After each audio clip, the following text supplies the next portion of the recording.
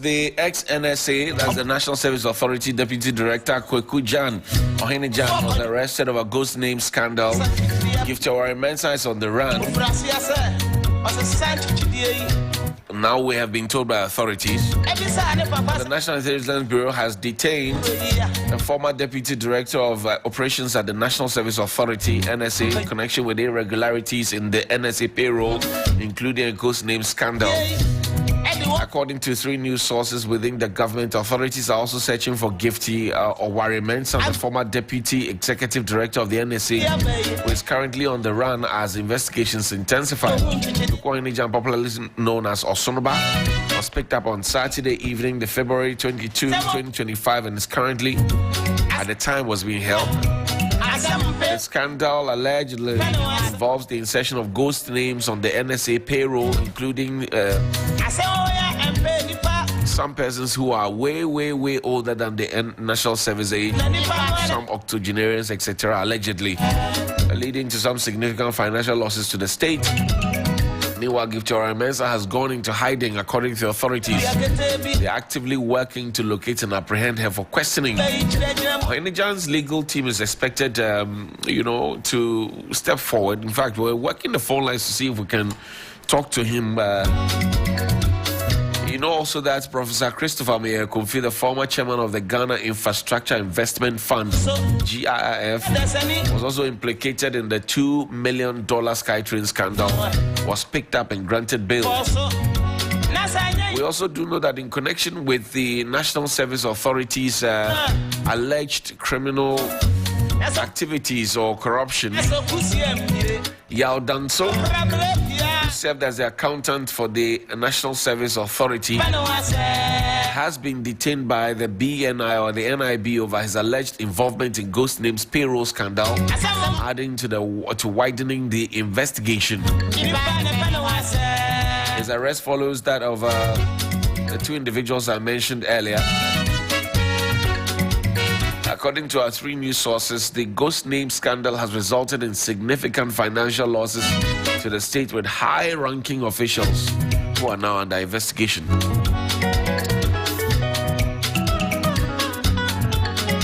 So Yao Danso, former accountant at the National Service Authority, is being held at the NIB offices, where investigators are questioning him about his role in the payroll fraud. Okay, so that's what we know at this point. You know that sometime last year when the Fourth Estate said they were going to air a documentary that they had done on the National Service Authority's alleged payroll fraud. There was an injunction that was sought from the quarters of the National Service Scheme and the National Service Authority to say that no,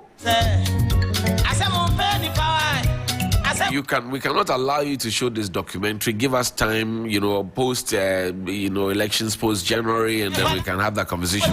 But we're in February. The National Investigative Bureau, so far as we know, 3 persons have been implicated. Ohene Jan was arrested, popularly known as Osonoba. Giftawari Mensah, we're told, is in hiding, and then also the accountant who served, and that these 2. Yao Danso is presently in the custody of the NIB. Osman Alasan is a private legal practitioner. He joins me now on the phone line. Counsel, good morning. Thank you very much for your time. Good morning, John.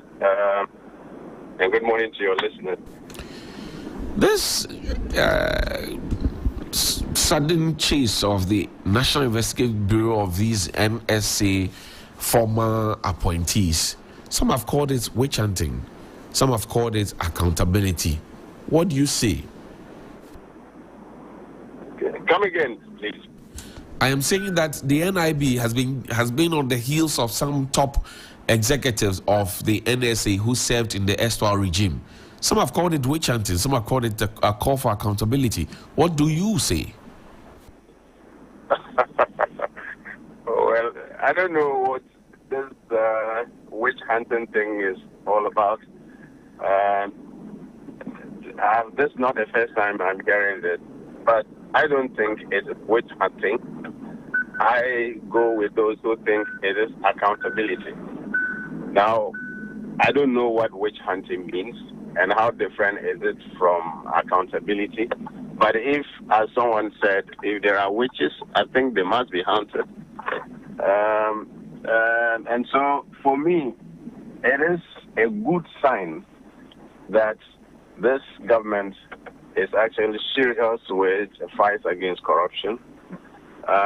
This is not to suggest in any way that they are corrupt before trial or before conviction, but the trial for corruption or the action for corruption starts somewhere, and the courage to start it is very important.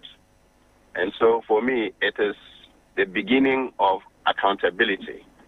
And the earlier they submit themselves to those investigations and the requirements of law, the better for all of us. It is important because even if at the end of the day they are absolved from the allegations, it is still good for us because at least the laws have worked. And at least we would have known that the office they occupied, or what we think had lost, has actually not lost.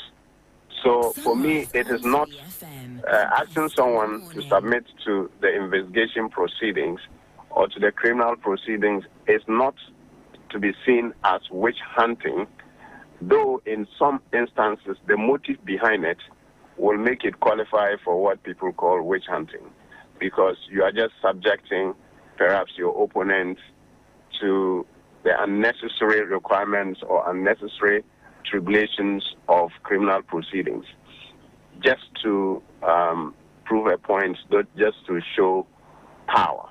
I don't think that's what is happening. In my personal opinion, I don't think that's what is happening. And so it is in the interest of the state, it is in the public interest that this is being done.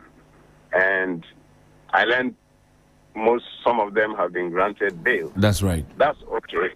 Yes, that is okay.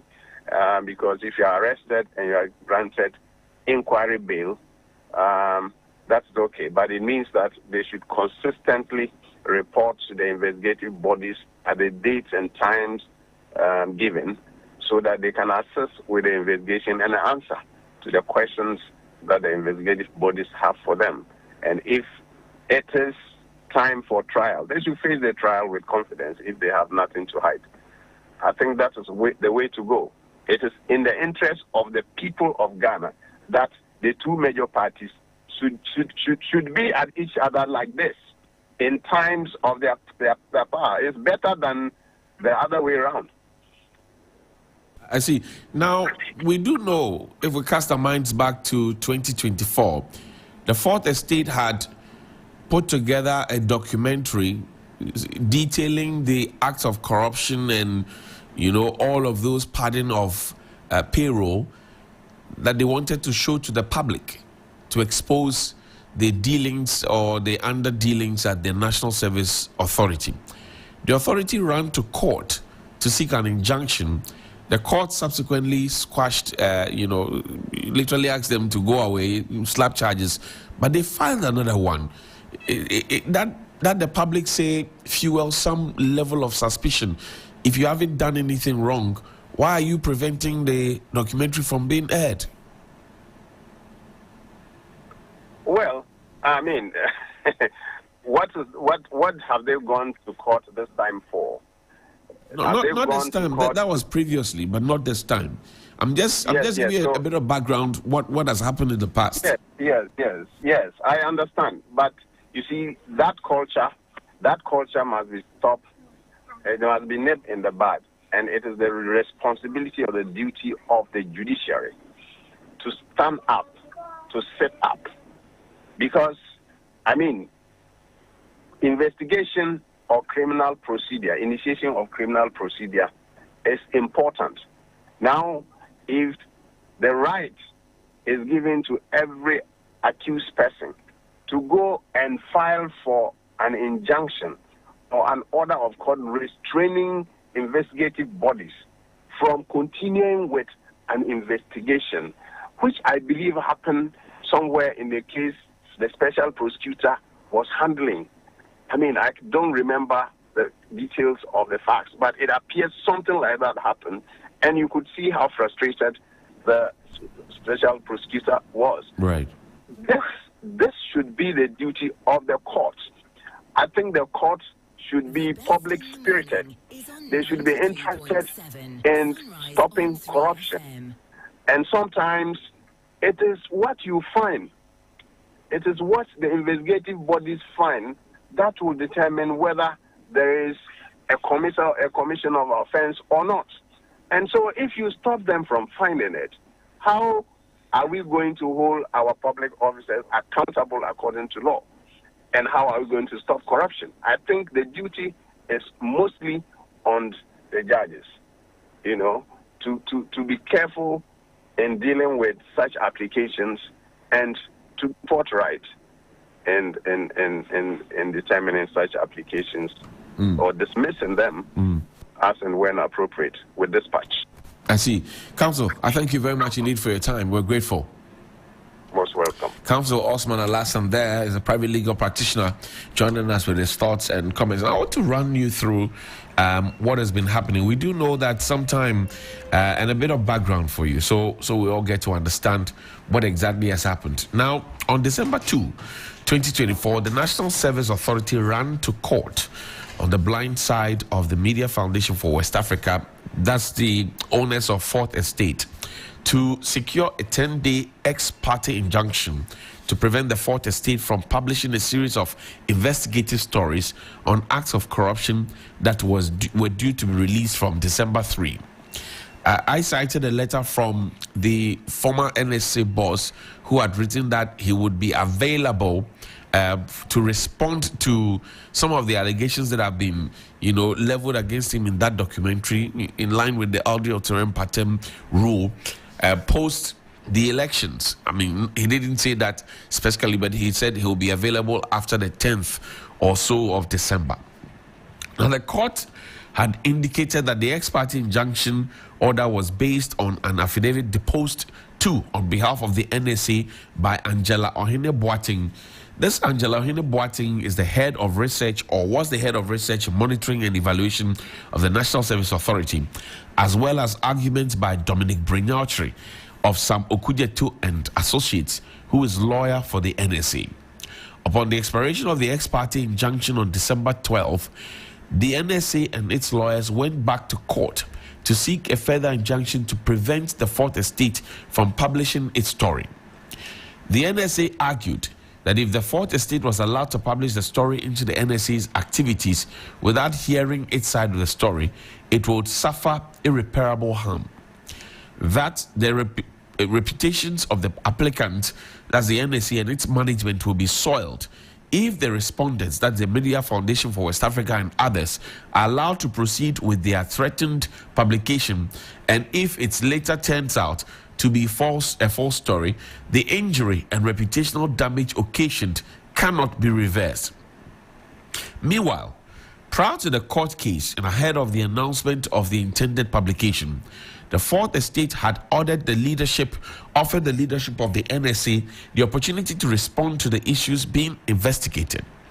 The efforts made to get their side of the story included an official letter requesting for an interview. So that's what we know as being the background. Well, the court, after they filed this second one, right, where they said that the reputation of the applicants and blah blah blah will be soiled, the court thought that, look, let's strike this out. An application for injunction filed by the National Service Authority against the investigative body, Media Foundation for West Africa, should be struck out. The Media Foundation for West Africa was represented by journalist and lawyer Samson Ladiayenini. They were in court on December 19, 2024 to file processes to challenge the case as being frivolous and abuse of the court processes, and thus to ask the court to throw out the case. But even before the Media Foundation for West Africa's lawyers could submit and mount their defense, the NSA's lawyers from Sam Okudzeto and Associates beat a hasty retreat. They announced to the court that they had filed a notice of discontinuance of their case. So there were two injunctions from the Media Foundation on the Media Foundation for West Africa from the quarters of the National Service Authority regarding whether or not to air this documentary that details alleged financial malfeasance and some corruption activities at the National Service Authority. Now, lawyers for the Media Foundation for West Africa then told the court that the National Service Authority knew very well that they had no cause of action and no capacity to sue, and thus the discontinuance notice was a preemptive action. Counsel for the Media Foundation for West Africa further told the court that the NSA's action was a slap suit only for the purpose of the ex parte injunction to serve their interests. The case was accordingly struck out by the court. The court then awarded a cost of 6,000 cedis in favor of Media Foundation for West Africa. The court also prohibited the National Service Authority from coming back to the court to file the case. The decision of the court paves the way for the publication of the story as had been advertised. The story will therefore be released to the public soon. And all this is captured on the website of the Fourth Estate, dated the 19th of December 2024. Now, what are the details of this? The details of this national service story that we're hearing, because national service personnel have not been too happy each time, and I've spoken about it over and over again when their allowances delay and all of those conversations, and we've had an intense conversation. In the meantime, the national organizer of the NPP, Nana Boachi, who is a private legal practitioner as well, has threatened to sue the Fourth Estate. We'll get into that. But what is the inside story? In February 2022, according to the Fourth Estate, when former Vice President Dr. Mahmoud Bawumia visited the National Service Authority, its management, led by Director General Osei BNP, claimed they had implemented a digitization process that had saved the country some 112 million Ghana cedis. Mr. Entry, the 59-year-old former mayor of Kumasi, said the introduction of an app called Metric App, which combines facial recognition technology and identity card checks for verification and validation, had blocked the enrollment of some 14,027 potential fraudsters onto the scheme for the 2021 to 2022 service year. This is a quote from him. He says, "We had them, ghost names, on our list as potential service persons, but they ran away and could not register because the system raised red flags and weeded them out," he boasted. A highly impressed Dr. Bawumia applauded the management of the National Service Authority for thinking outside the box and saving the country millions. Another quote, "This achievement is massive by any stretch, because if we replicate this in 10 institutions, we are talking of saving the country almost 1 billion cedis." The NSA website quoted him as saying, "You can understand why it is important to link the payroll with the Ghana card, which in your case has changed 14,027 people away." Since this development, Dr. Bawumia used the case of the National Service Scheme as a classic success story of how digitalization can prevent ghost names and enhance the fight against corruption. However, the Fourth Estate's month-long investigation has exposed a vastly different reality. Rather than preventing fraud, the NSS's digital system has been co-opted to facilitate one of Ghana's most brazen financial scams, where fake identities, some belonging to non-existent individuals, and even 90-year-old graduates, in parentheses, regularly receive National Service Scheme stipends. Now, let's talk about the ghost names and the fake index numbers and the inflated personal data.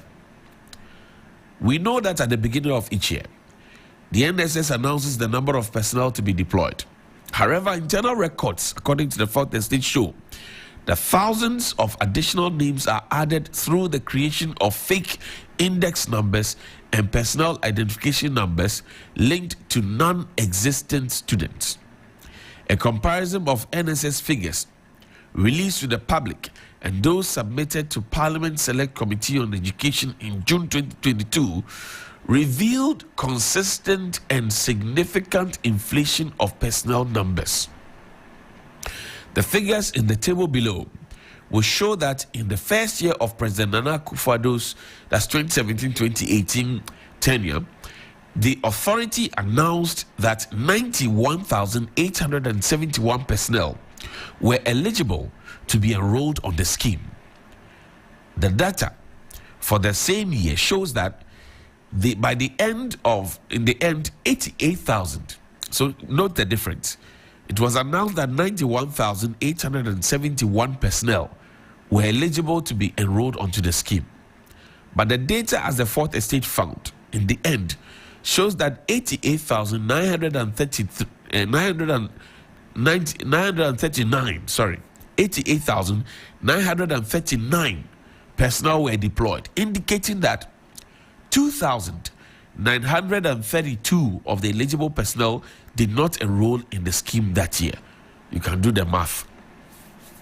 Except say, this is a normal pattern which it is impossible to have all persons eligible for National Service Scheme in a particular year undertaking the service. So Dr. Peter Patti-Anti of IES said, if we're going through the advertised process of the NSA for personnel deployment religiously, there shouldn't be much discrepancy. In the data. That's what Dr. Peter Patti-Anti said. He goes on to say, normally, about a range of 1 to 3% do not take up the positions when they are posted, and there are others who return to do their service. Therefore, it becomes very difficult to have a large discrepancy between the numbers that announced and what's given to Parliament. In all the subsequent years, after the first year of President Akufo-Addo, the announced figures of eligible service personnel shot up by tens of thousands. So, for example, in the case of this particular instance, and I'll share that detail with you very, very shortly. In the case of this particular instance, the Fourth Estate knows that discrepancies between publicly announced figures by the National Service Authority and the figures that they presented to Parliament. Look at the figures. 2017-2018, I mentioned to you that the announced figures was 91,871. Those deployed, according to parliamentary data, was 88,939. The ghost names that were noted were 2,932. The percentage increase was -3%. Then we come to 2018 to 2019. Announced eligible personnel 85,708, and then the deployed persons were 135,603. Ghost names added 49,895, percentage 58% more. And then there is 2019 to 2020. 77,962 was announced. 114,036 personnel were deployed according to parliamentary data, which means that the ghost names that were found, there were 36,074, which means that 46% more was added on. Then in 2020-2021, 86,078 persons were announced as eligible personnel. Then 125,050. That means that the ghost names that were added according to the Fourth Estate was 38,972, which means that 45% more were added. In 2021 to 2022, 81,081 persons were announced to be eligible, but 110,324 persons were deployed. That means 29,243 ghost names were added. Percentage increase is 36%. Then in 2022, in 2023, 115,000, sorry, forgive me, 115,240 personnel were announced to be eligible. 115,240 personnel were announced to be eligible. However, 179,309 personnel were deployed. The fourth estate says the ghost names number up to 64,069, and then 56% is that interpretation. Finally, the 2023-2024 academic year, the announced eligible personnel is 122,275,000. Those who were deployed were 182,142, which is 59,867 ghost names that were added. That translates into 49%. Now, the fourth estate insists that the investigations they conducted found thousands of names assigned fake students index numbers supposedly linked to institutions such as the KNUST, UDS, UEW, Tamale Technical University, Valley View University, and some colleges of education. Now, here's a classical example of what they say they have found.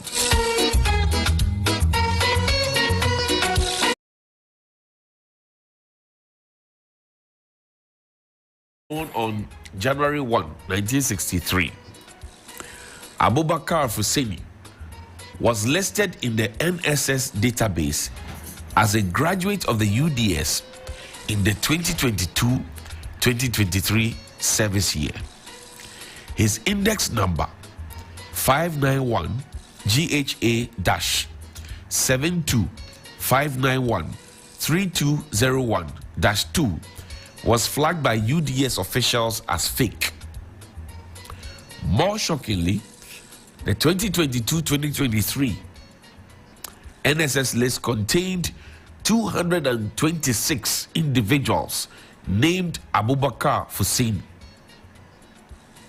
all supposedly from the UDS, and all with identical degree qualifications: Bachelor of Arts in Integrated Development Studies.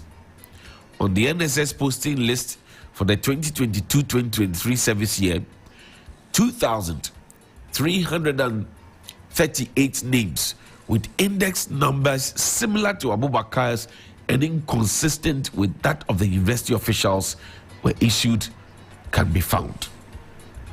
Similarly, come to 2022-2023 service year, Collins Bennett, supposedly a BA Linguistics graduate from UEW, was assigned an index number of VL09T/0002/09T.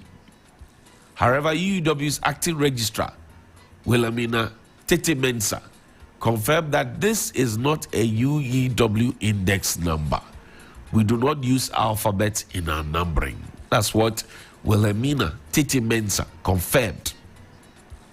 Now, there's also this pattern of issuing fraudulent index numbers that extends across multiple educational institutions, both private and public, with fake identities inserted into NSS postings every year over the past 8 years.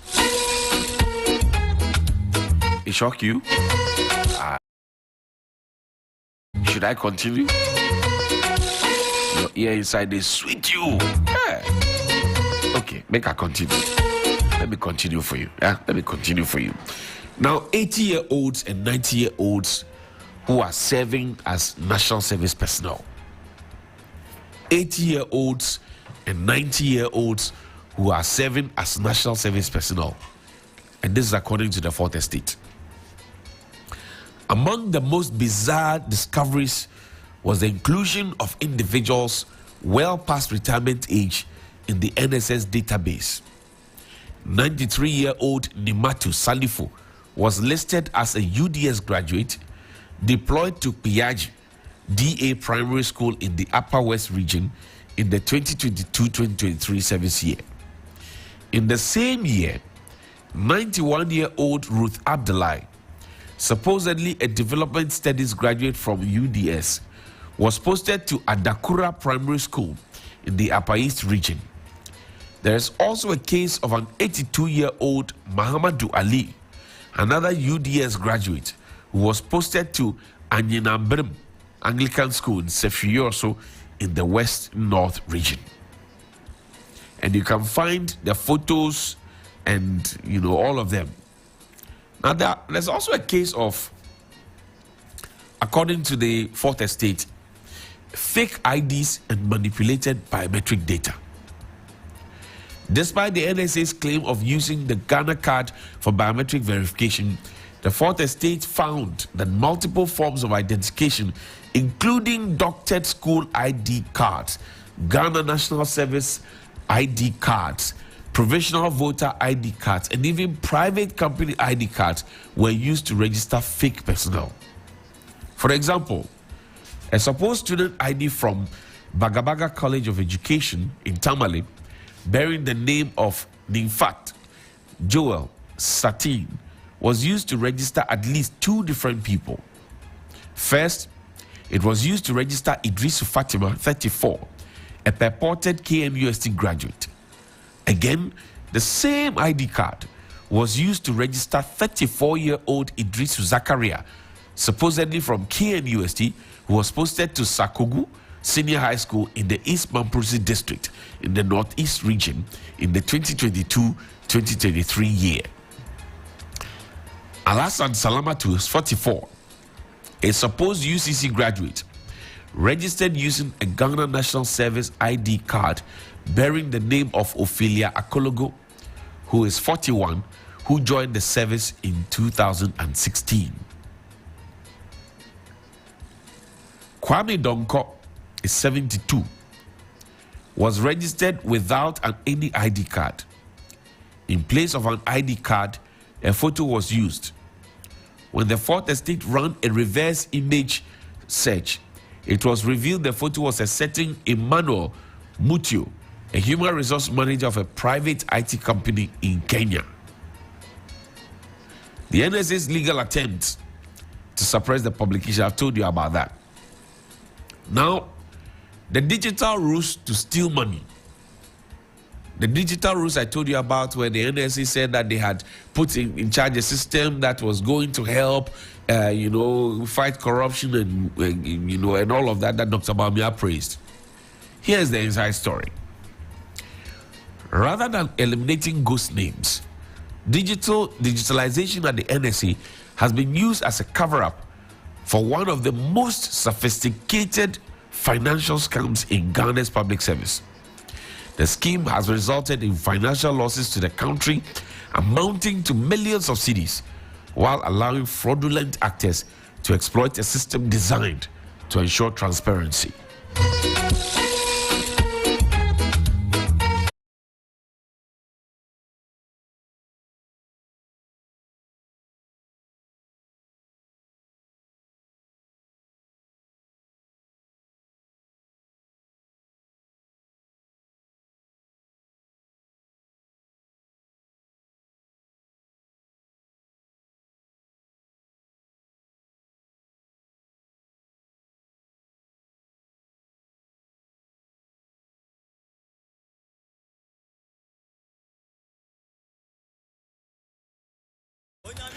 Now, the MSS says that the Media Foundation for West Africa says that, look, the National Service Scheme refused to release additional data under the Right to Information Act. So the Fourth Estate filed an appeal with the RTI Commission to force disclosure of further records. Part 2 of the story, based on how the NSS bypass systems monthly to pre-approve ghost names who are paid monthly, will be told to you in a bit. Enjoy. The best in the morning is on 90.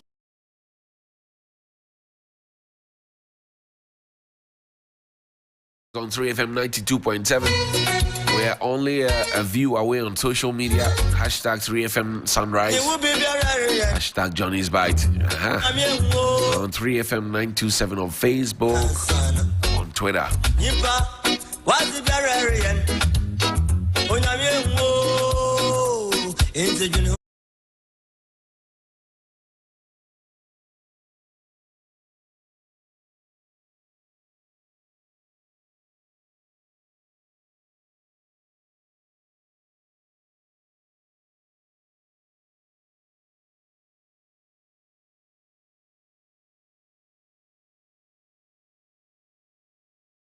The Fourth Estate, they say the National Service Authority persons at the top, they circumvented mandatory validation processes for payment of allowances to national service personnel, enabling thousands of non-existent names to be added to the payroll. And this made it easy to drain the public purse of millions of Ghana cedis in allowances intended for national service personnel. For example, the Fourth Estate insists that there have been investigation allegations of corruption at the NSA for months, and they discovered evidence of fraudulent addition of the ghost names. I've told you the story how, older persons were added on. But how was the process supposed to work? According to inside sources at the NSA is mandated to ensure that the only personnel who have actually worked receive allowances each month. The process begins at the workplaces of the service personnel, known as the user agencies. If you have done national service, you know what it is, where their immediate supervisors sign a monthly duty report, the form confirming attendance, and this form is then submitted to the NSA district office, is brought to national, your money is paid, and then the district manager will verify that the personnel have worked, and then to make sure that they have met the requirement for payment, etc. All those laborious processes, but it is to fight corruption. The regional director will now work on the pre-approved process and forward the verified list to the NSA headquarters in Accra. In Accra, the internal audit team performs additional checks before sending the list to the finance department. Once that is approved by the finance department, the list is then forwarded to the director general and then to the Ghana Interbank, that's GIPS, for final payment. Now, how did this breach of protocol happen? According to the Fourth Estate, they suggest that this procedure was not followed for all pre-approvals at the regional levels, despite management being alerted of the irregularities. So during a certain virtual meeting in May 2023, the NSA's Western Regional Director, Okatechia Mankwefrifa, who has been given an oversight responsibility for the Western North region as well, he raised his concerns about the number of pre-approvals in two regions under his supervision, hinting at possible padding of personnel numbers. He said the 250 personnel had been added, and then subsequently it's always 993, but then he saw the numbers shooting up, so he was quite worried. There was a response from the Director General. He says, we have acknowledged your concerns and we promise to look into it. However, there's no evidence that any action was taken to solve Mr. Frife's concerns. And Mr. Frife is pictured here wearing a very nice MPP shirt. So, when he raised all these concerns and he was not getting the answers, he became agitated. Now, at the beginning of the service year every year, you know that the authority will announce to the public the total number of personnel to be deployed, as I mentioned to you, and then they will generate their pins for them and etc. and go through all. So, how did this thing happen? How did it happen? I'll tell you a final story. A comparison of figures put out by the NSA to the public for each service year and what was presented to Parliamentary Select Committee on Education since 2019 reveals a systematic pattern of significantly inflated figures. These dubious activities, according to the Fourth Estate, happened at the time when the NSA was struggling to pay thousands of genuine service personnel posted across the country on national service. You've been hearing me talking about their issue passionately. We'll get into the conversation a bit. I've got two guests in the studio. 3FM 92. Somebody says, Boboba, it is rolling and it is coming. Nobody is chasing you, but you see that you will run. Yeah, exactly. We'll take a quick break. When we return from this break, my guests will be seated. We'll have that conversation. Stay with us this sunrise on 3FM 92.7. My name is Johnny Hills. We'll be right back.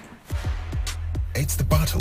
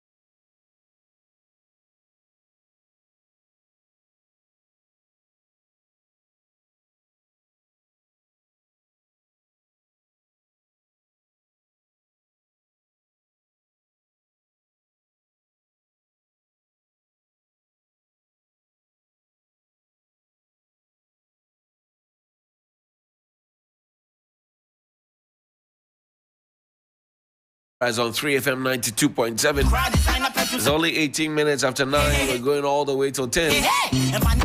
Delali Sokpo is joining us here as a member of the National Communications Team of the NDC. Anaya Sapong is a special aide to Alan Kojutre Manting, a leader of the Movement for Change. Gentlemen, good morning and thank you very much for joining us. How are we doing? Oh, good morning, my brother. Yeah, good morning. Yeah, great.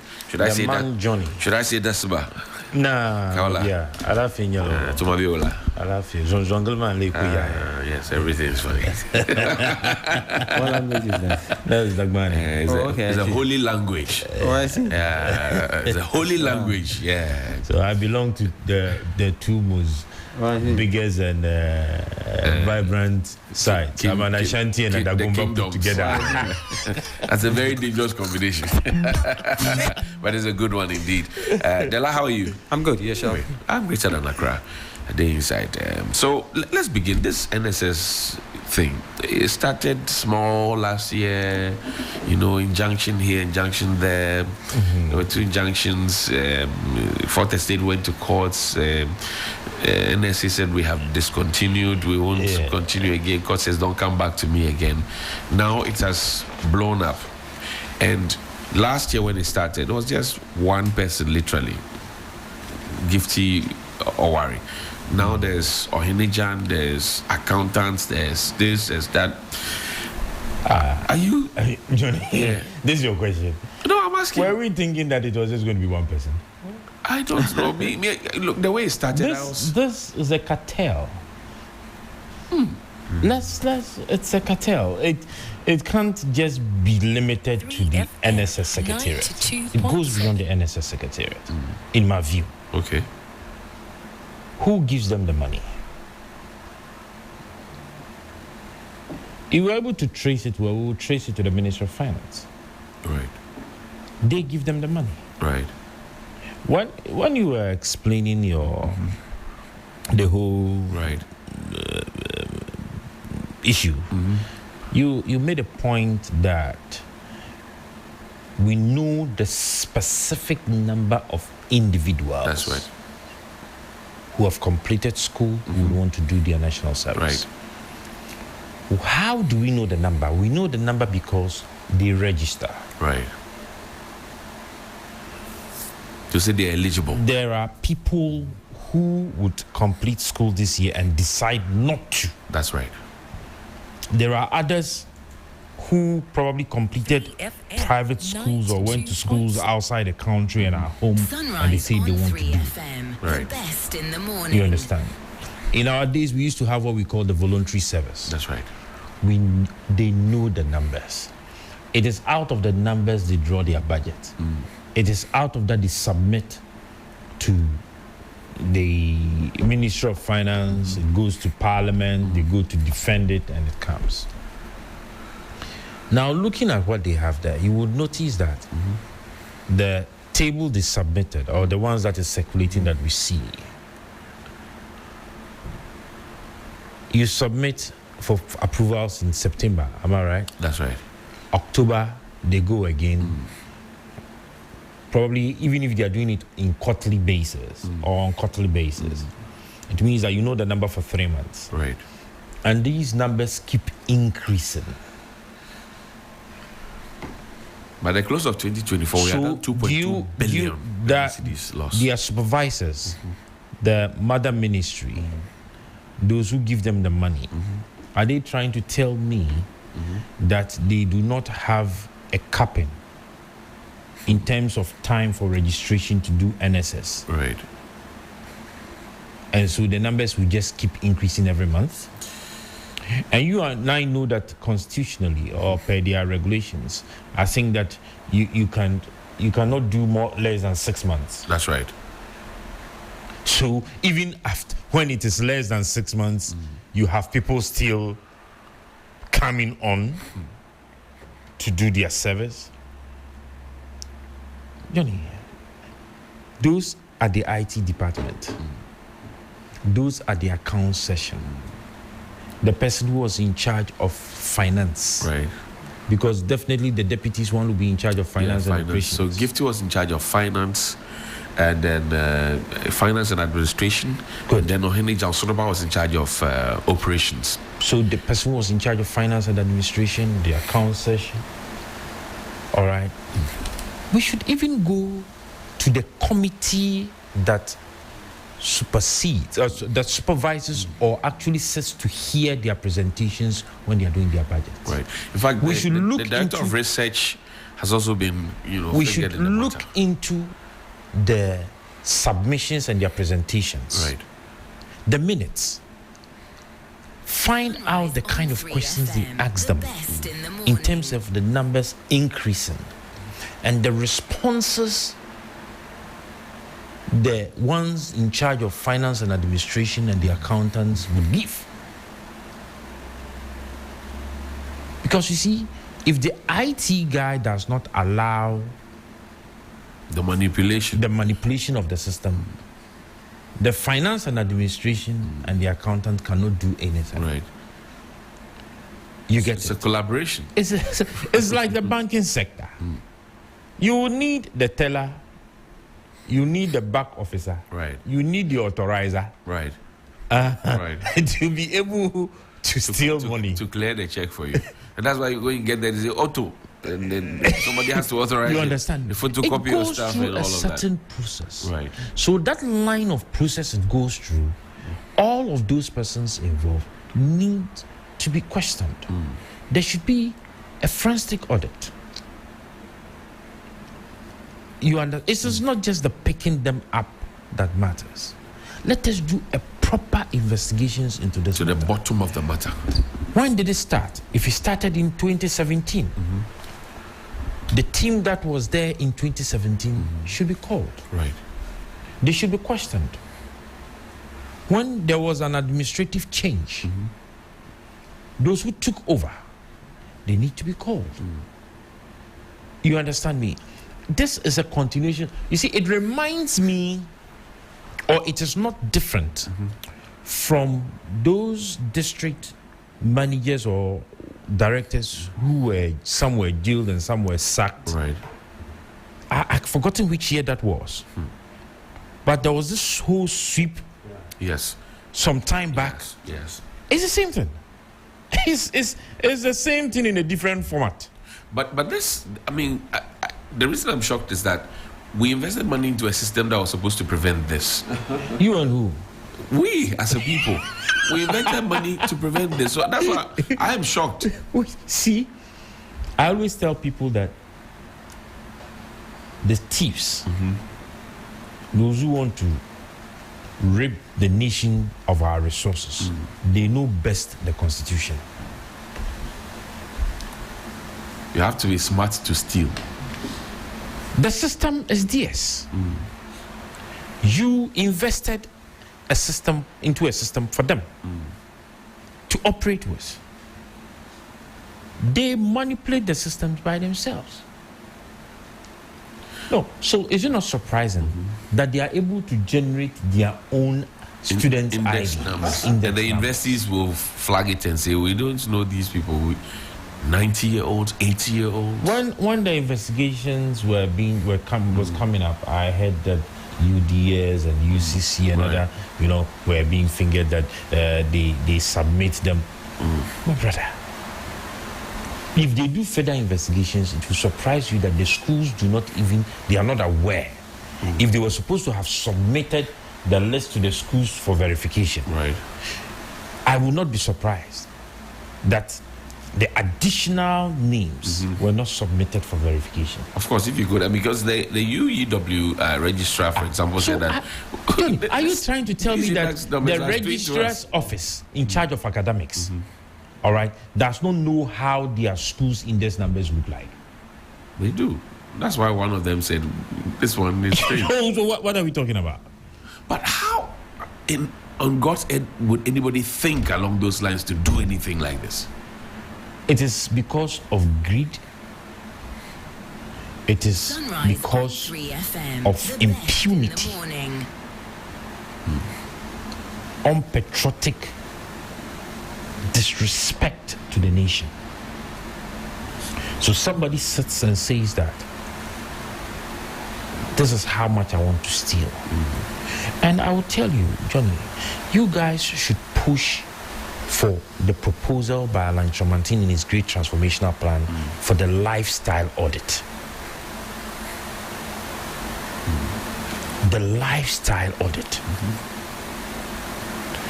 Somebody who earns less than 20,000 Ghana cedis, drives a car that is worth $350,000. It's not a car that is paying in bits. It's a car they have bought. It's tear rubber. And somebody who earns less than 15,000 Ghana cedis puts on a watch that is in excess of $35,000. Somebody who earns 10,000 Ghana cedis, living in a duplex, or has built a mansion. Recently, somebody showed me a video of a young man who used to be at the Ministry of Finance. Right. I don't know what he was doing there. I think you don't know what his role was there. Role was there.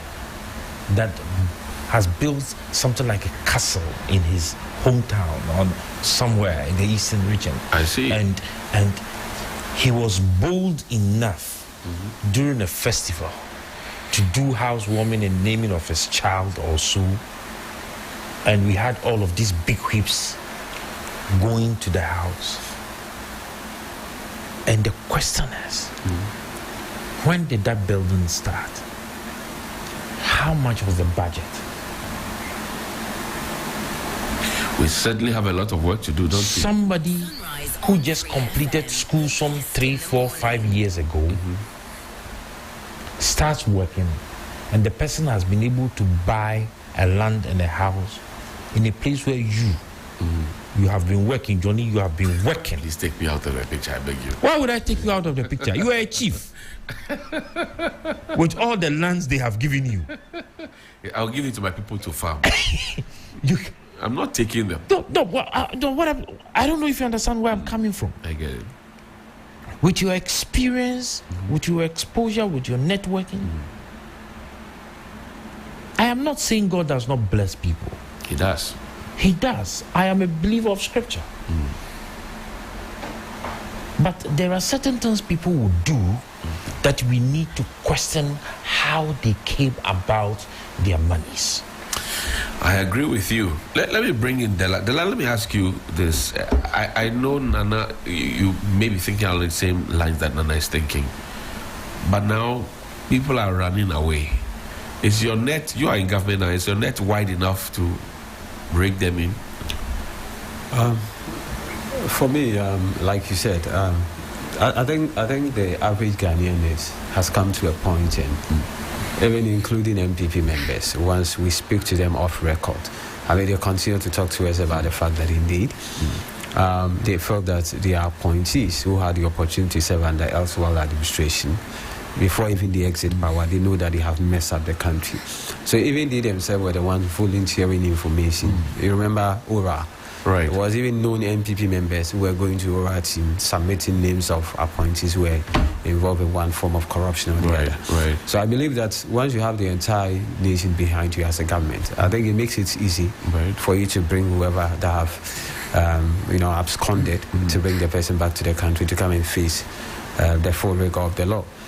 I have said that this is a choreographed thievery. Huh? Choreographed thievery. Choreographed? Yeah. By who? By the actors involved. I see. Yeah, he says it's a cartel. You think it's a choreograph? I think choreographed. Well planned, well executed, and unfortunately they think that a day of reckoning will not come. And here we are. You see, you asked a question that why would they do this? Right. Why were they emboldened to do what they did? Right. For me, it was simple. You see, once you have a whole establishment, right, engulfing series of corruption, at a point in time, it became a daily affair. At a point in time, when you have the certain president who was nicknamed corruption clearing agents, at a point in time, you realize that even journalists who were on the side of the country fighting against corruption, you yourself, you became a target. At a point in time, government level was not spared. I mean, look at individuals, right, who were on the side of Ghanaians, who were doing everything possible to ensure that corruption does not become pervasive. All these individuals will become targets. So it became more or less that corruption became more or less like institutionalized within the administration. Everybody felt that, listen, let me also go for my pound of flesh. Because once the leadership is doing it, why not? We can all do it. Right. Because it's only a regime that was set down for an amount of $58 million to be invested to dig a hole. That is what will embolden a group of people to do what they have done. See, you know, in 2022, Dr. Alhaji Mahmoud Bawumia, right, visited the National Service Secretariat, and he made a statement to the effect that his flagship program, the digitalization, right, has basically been able, right, to save the country an amount of $112 million. Because the mechanism that he put in place within the National Service Secretariat was able to deal with the ghost name. Here we are. That's what the Vice President said in 2022 relative to how his, what they call it, his digitalization agenda has been able to save the nation $122 million. It's turning out to be that it's one of his empty rhetoric. But the Vice President couldn't have done what exactly. I mean, he went to the NSA. They told him that this is what we have done to fight corruption. And they just, if this is what you have done to fight corruption, I think it's a good thing, you know, for us to trumpet. So he went to trumpet what his trusted acolytes had told him, that, look, we have done this to do this. Why are you blaming him? You know why I'm unable to sympathize with the Vice President? Tell me. Because you remember in 2024, the Media Foundation for West Africa and the Fourth Estate, were even sued not to premiere this document. Yes, twice. Exactly. It was an injunction. So even the Vice President, who have made a statement to the effect that this particular agenda that I'm championing has saved the country this amount of money. And now, a Fourth Estate has come out to say, Vice President, probably you were misled. There's a documentary to the effect that Ghana have lost this huge amount of money because of ghost name. I think if the Vice President was indeed committed in dealing with this menace, the Vice President would have given them the opportunity to show that documentary. And it would have exposed the individuals who were the brain behind it. To the extent that, see, you have an instance, one guy called Fuseni Abubakar, right? Use the same index number, same name, 2,338 times. Drawing allowances every month. How can people be unconscionable? How can individuals, right, serving this country, drawing salary every month, right, conspired to dupe the country in such a manner? And you have an instances, people who are like 90 years, like you make reference to, 80 years and what have you not, were captured on the National Service data. To the extent that, you know, when we go to school, my index number back in university was 106888971. That is why when you speak to the registrar at UDS and some of the universities, they say, listen, even when you look at the index numbers, you will not see alphabet in it. But this individual will sit down in the comfort of their room, generate fictitious index number. And at the end of the day, so that's why I said it's a choreographed, what they call thievery, because at the end of the day, the man at the top, the authorizing officer, the accountant, what have you know, they were all part of the conspiracy. That is why when you look at it from 2017 till date, till the NDC MPP exit power, all the individuals who have had the opportunity, right, to head the National Service Secretariat are culpable in all this. So far, the Director General has not been mentioned. So far. I mean, fine. I have read an instances where the Fourth Estate, right, have been able to highlight the individuals who are complicit in all this. And none of them were exempted from it. So you have an instances where I ask myself a simple question. Why would any individual capture a 91-year-old person as a National Service personnel? And you know, when it comes to this whole thing, when it comes to the processes, even when you have to be paid your allowance, you have to go to where you are doing your national service for clearance, for validation. And you take it to the National Service Secretary before you can be paid your allowance. So when you have an instances, I mean, see, I know people who are even involved in this, having spoken to individuals on the condition of what we call confidentiality. I mean, admitting to some of the crime. Some of them are even blaming another person that, listen, I'm not the one they should be targeting. They should be targeting my head and what have you not. And this is a country. We recently watched a video in the eastern region where a young guy have to carry the sister to cross a stream. Right. Because there's no footbridge. We live in a country where people are sharing water with animals. We live in a country where the very people who told us that they are going to protect the public purse, and this is what they have bequeathed to the good people of this country. And so this whole national service thing, I think it's a scandal of monumental proportion. It's a brazen thievery. I mean, being executed by a group of people who think, I don't know whether at the point is that they think that the young people will never exit power. How could they have? No, probably because the only reason why you will face such crime upon a country called Ghana. We don't know if it's a crime yet. We're now investigating. We are not too sure. This is a side of Fourth Estate. We don't know what the investigative bodies know. So we'll hasten slowly to call it a crime. I mean, so fine. You look at it from this. I mean, for instance, you have an instances where you are talking about 81,000 names. Ghost names, 81,000. You're talking about instances where individuals, people who were working at the National Service Secretariat. I mean, this amount of money, we are talking about, Ora puts it around 500 million Ghana cedis. When even you do the computation, we are hovering around 1.something billion. How much money are we rushing to the IMF to go and collect? I mean, when we go to countries for, to beg for funding aid and what have you, how much are we going for? And you have a group of people who have decided that because the regime was so flexible, the regime has created a fertile ground for people to engage in an act of corruption. And that is what they did. Well, Henry Nanabuachi, who is national organizer of the NPP, he says he will sue the Fourth Estate for taking this step because you remember that there was a joint press release by the Mr. Osei Benchi, Medipa's Director General of the National Service Authority, and Mustafa Yusuf, who was his predecessor. And they say, look, the things you are saying, or the Fourth Estate is saying, cannot be accurate. And so Nanabuachi says, based on that, they will sue the Fourth Estate. How does that sound to you? For me, I mean, obviously, I don't expect Nanabi to come and admit to this. In fact, let me put a little more flesh in it. The press release mainly assesses to four things. One, that the Fourth Estate's projected figures on the numbers of ghost names in the NSA's database do not account for the cohorts of nursing and teacher trainee postings.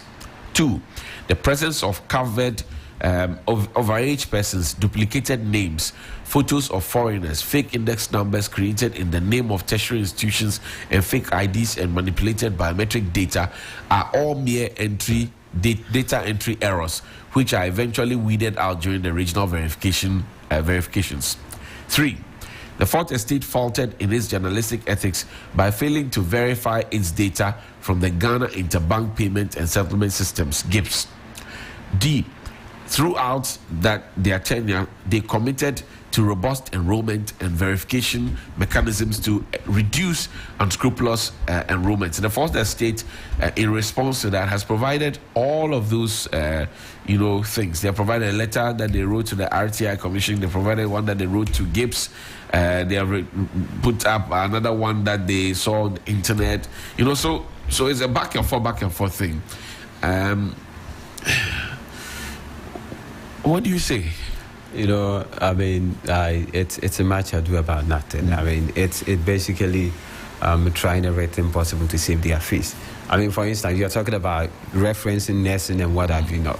I mean, specifically, like I made reference to Abubakar Husseini, born 1963, right? Was captured in the data of what we call National Service, and the name appeared 2,338 times. And you have assigned to that individual an index. Data entry error. I mean, that is not possible. That is not possible. 2,388. Is that what you want to tell us? Is that what? And you see, what is even more puzzling is the fact that if indeed you know the truth is on your side, why did you guard them from premiering that particular document last year? They said they wanted to be heard first. Wow. You claim. So why did they not make all this, what do you call it, assessing that they are making now? Why did they not address a press conference? Why did they not set the record straight at that time? This is so reactionary, which is expected.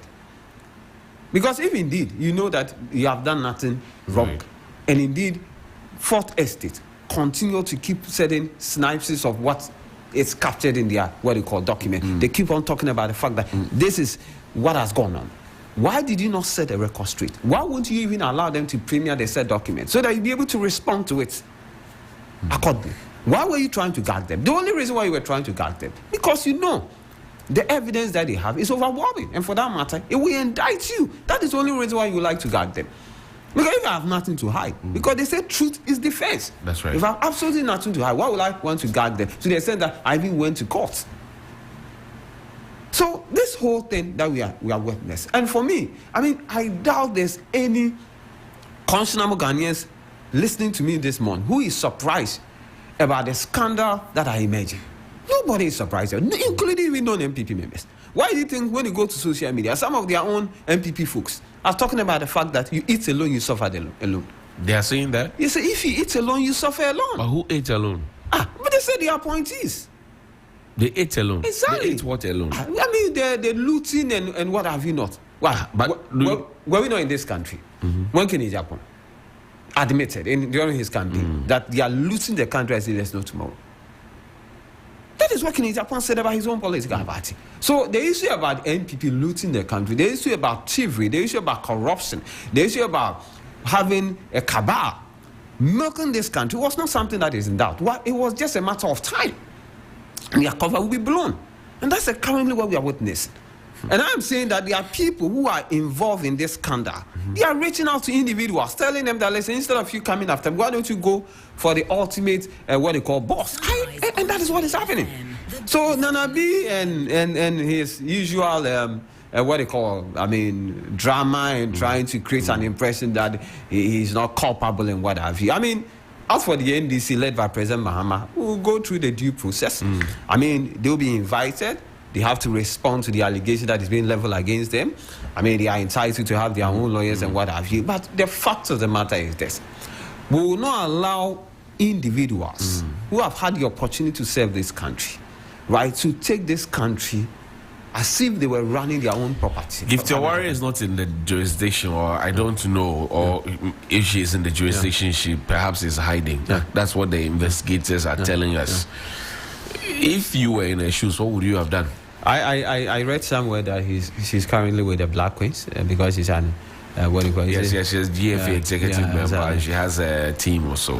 I think for me, if she has absolutely nothing to hide, even if I was her, we're looking at the how this whole issue has gained a national traction. I will probably just seek an excuse from wherever I am and quickly rush to the country and come and answer to certain questions. Because you see, if indeed she has absolutely nothing to hide, because the more it lingers on, the more public opinion and perception about you right fester. So if indeed she has absolutely nothing to hide, I think that by now she should be in the country. Voluntary, what do you call it, hand herself to the NIB for her to be interrogated and be asked certain relevant questions related to the scandal. Darali, we're wrapping up. Closing thoughts. What do you share with us before you leave? For me, what I want to say is President Mahama has started on a good note.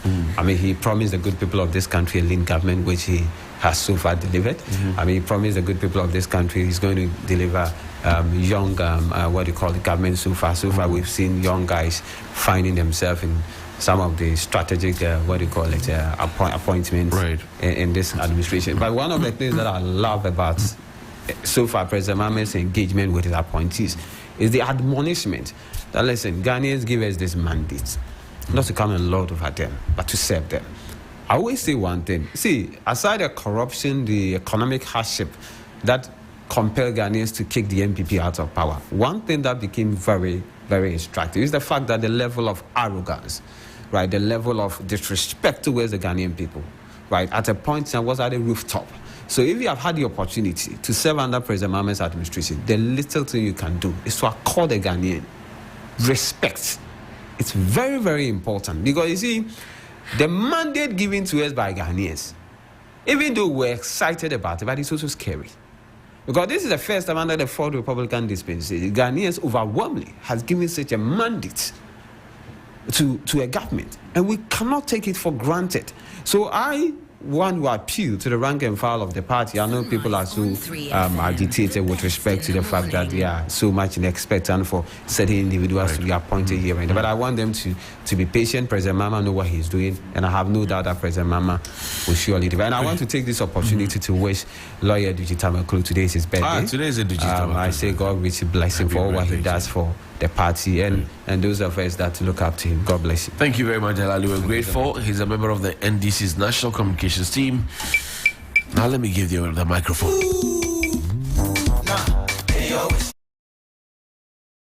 055-924-2717 055-691-0154 055-924-2717 055-691-0154. Tell me what's on your mind.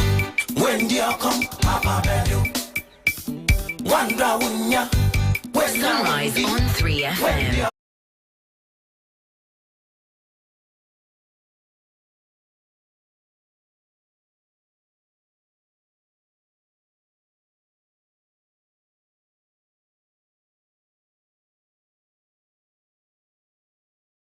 Work to earn.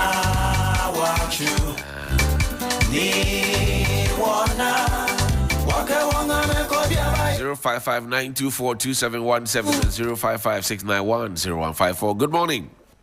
Johnny. Papa, they miss you. What's up? You showed some happiness this morning. Yeah.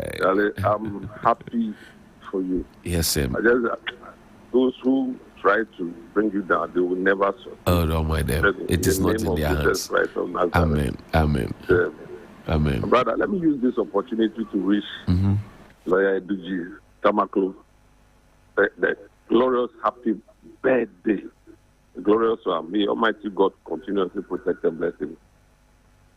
And bless Ghana too as well. Great. In the name of Jesus Christ of Nazareth. Thank you. Brother, yes, sir. See, these people, if I were to MPP people, especially after your market, I'll just take a back seat. Oh, why? I'll just say because that is 1.7 million Ghanaians rejecting that party. It means a lot too.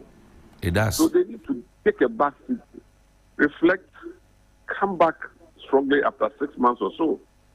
But if they start telling lies upon lies like Abroye, that guy, he's telling lies left, right, and center against His Excellency John Mahama, and still doing it. We are now in power, still doing it. What do you expect?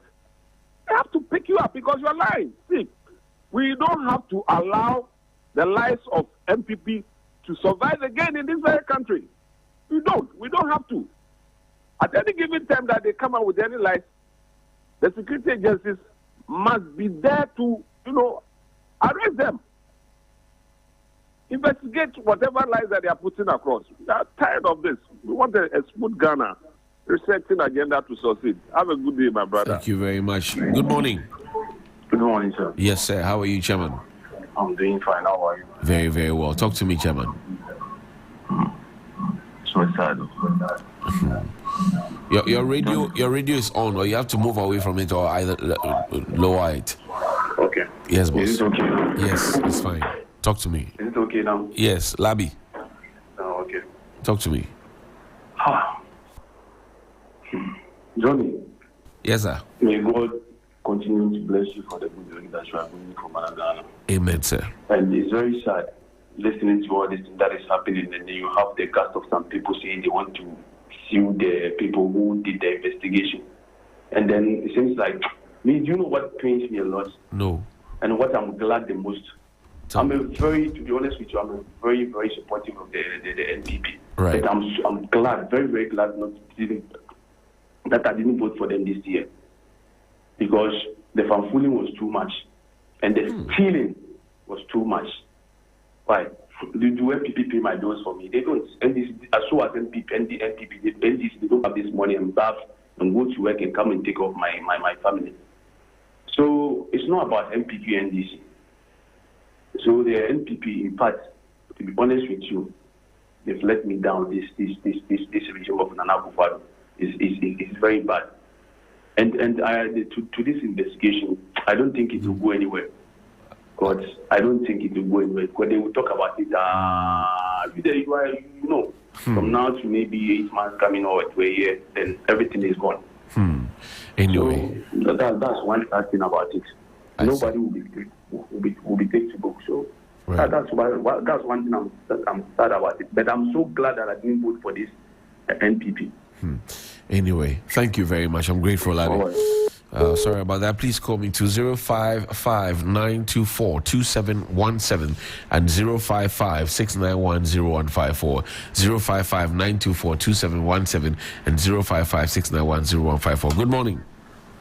Good morning, Senior Joe. Yes, sir. Energy. Yeah,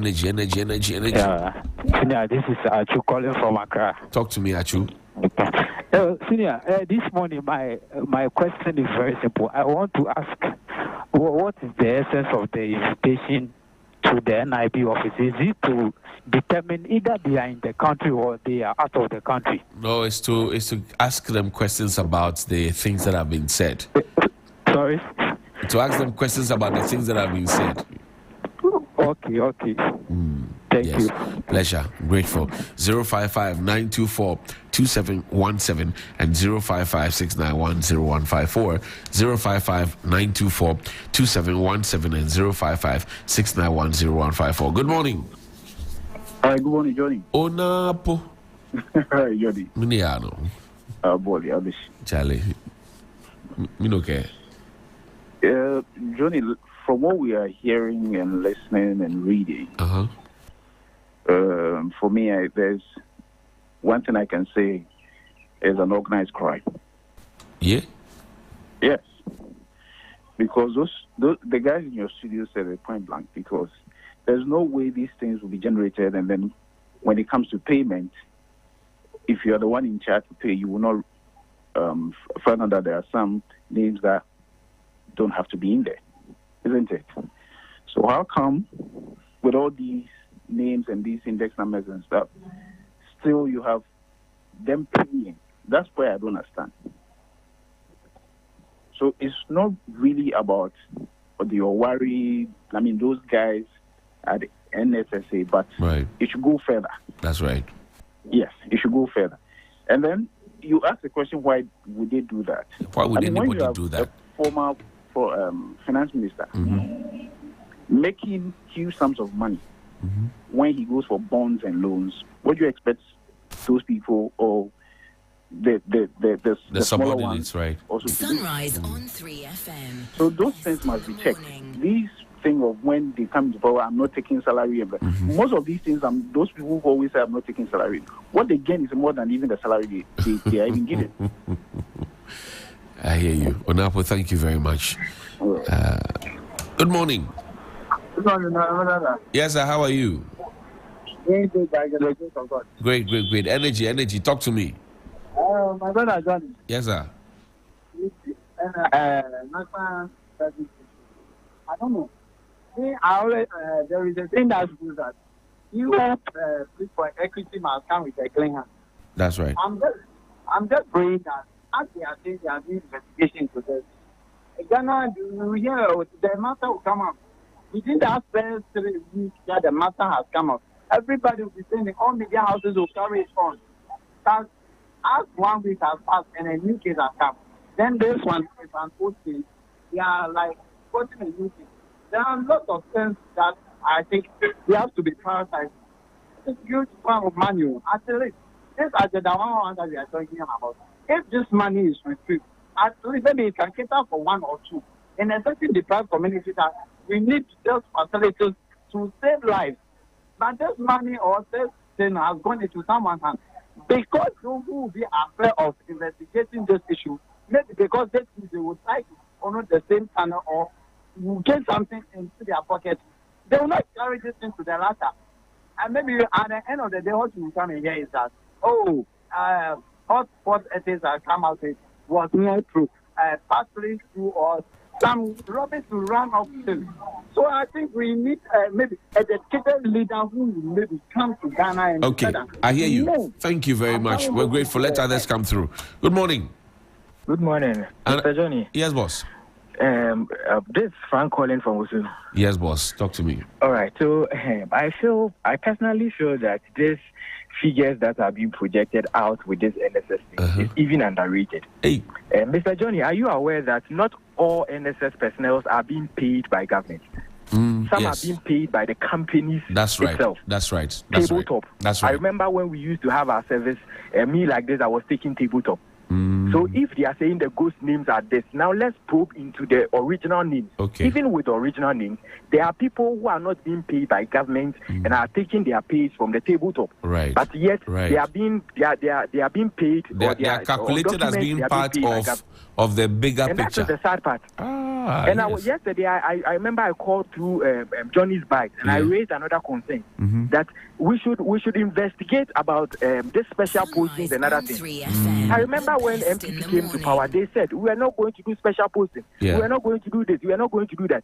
But trust me, some of us know of people who were working hand in hand with their IT personnel in their offices, going there up and down to give them data or names here and there. They had people in the various universities who were collating these data for them and taking it directly to the IT personnel there. And these people were paid. It started with 300 cedis when you want postings. If you don't get the postings, you have to go for reposting. That was 500 cedis. Right. So you see the amount that are being accumulated by these people, and yet the investigations that are going on is not even channeled through that line. I see. The third thing is, one thing I want them to investigate is the National Service Farms. Okay. What is going on there? If they take their eyes there, they would cry. I hear you. Because it's supposed to be government, and now it's being used by the private people who are handling the National Service Secretariat. I hear you. Thank you very much for talking to us. Final caller. Good morning. Hello. Good morning, Sir Robert. Brother. How are you, sir?